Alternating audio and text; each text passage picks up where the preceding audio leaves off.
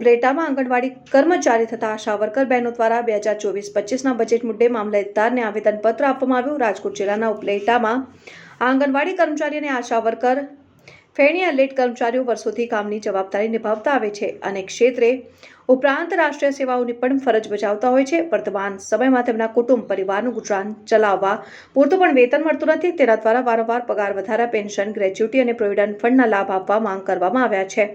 સને 2024-25ના રાષ્ટ્રીય બજેટમાં લાભ અંગે સરકાર બજેટમાં નાણાંની જોગવાઈ કરશે એવી આશા હતી, પરંતુ સરકારશ્રીએ તેઓની સેવા અને કામગીરીને ધ્યાને લીધેલ નથી।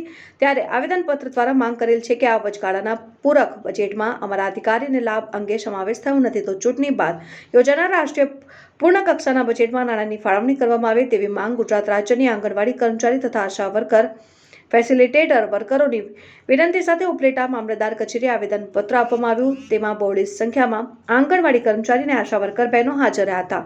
રિપોર્ટર સરફરાઝ કોડી, તન્ના સમાચાર। મારું નામ સમા નીલોફર, હું ઈસરા ગામમાં આંગણવાડી વર્કર તરીકે ફરજ બજાવું છું અને આજે અમે મામલતદાર સાહેબને આવેદનપત્ર દેવા આવ્યા છીએ। અમારી માંગ છે કે અમને પહેલાં તો કાયમી કરો, લઘુત્તમ વેતન આપો અને અમારો જે પગાર ટાઈમ ટુ ટાઈમ થતો નથી ને ટાઈમ ટુ ટાઈમ પગાર આપો। અમે કાયમી ઘણે ટાઈમથી અમે રેલી હડતાલો કરીએ છીએ, પણ સરકાર અમારું કંઈ સાંભળતી નથી। જો આવું સાંભળવામાં નહીં આવે તો આગળ જતાં અમે આંગણવાડી તાળા આપશું ને વધારેમાં વધારે રેલી કરશું। મારું નામ વાળા પુષ્પાબેન મુરજીભાઈ છે। હું ઉપલેટા તાલુકાના પડવલા ગામે આંગણવાડી વર્કર તરીકે ફરજ બજાવું છું અને ગુજરાત આંગણવાડી કર્મચારી સંગઠનમાં કારોબારી સભ્ય તરીકે પણ છું। આજે અમારી એવી માંગણી છે કે જે સરકારે 2024-25નું બજેટ બહાર પાડેલ છે, એમાં અમારો આંગણવાડી વર્કરનો કોઈ પણ જાતનો ઉલ્લેખ કે કોઈ પણ જાતનું વેતનમાં વધારો અમારો કરેલ નથી।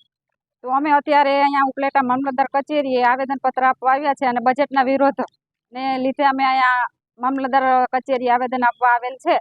તો સરકારને અમારી એટલી જ છે વિનંતી કે અમારા વેતનમાં વધારો કરે અને અમને કાયમી કરે, અમારો પીએફ આપવામાં આવે, ગ્રેચ્યુટી અમને મળે, વય મર્યાદામાં વધારો કરે। અમારી ઘણી બધી માંગણીઓ છે। આની પહેલાં પણ અમે ઘણા બધા કાર્યક્રમો કરેલા છે, પણ સરકારને કાંઈ અમારું કોઈ સાંભળવા માંગતું જ નથી।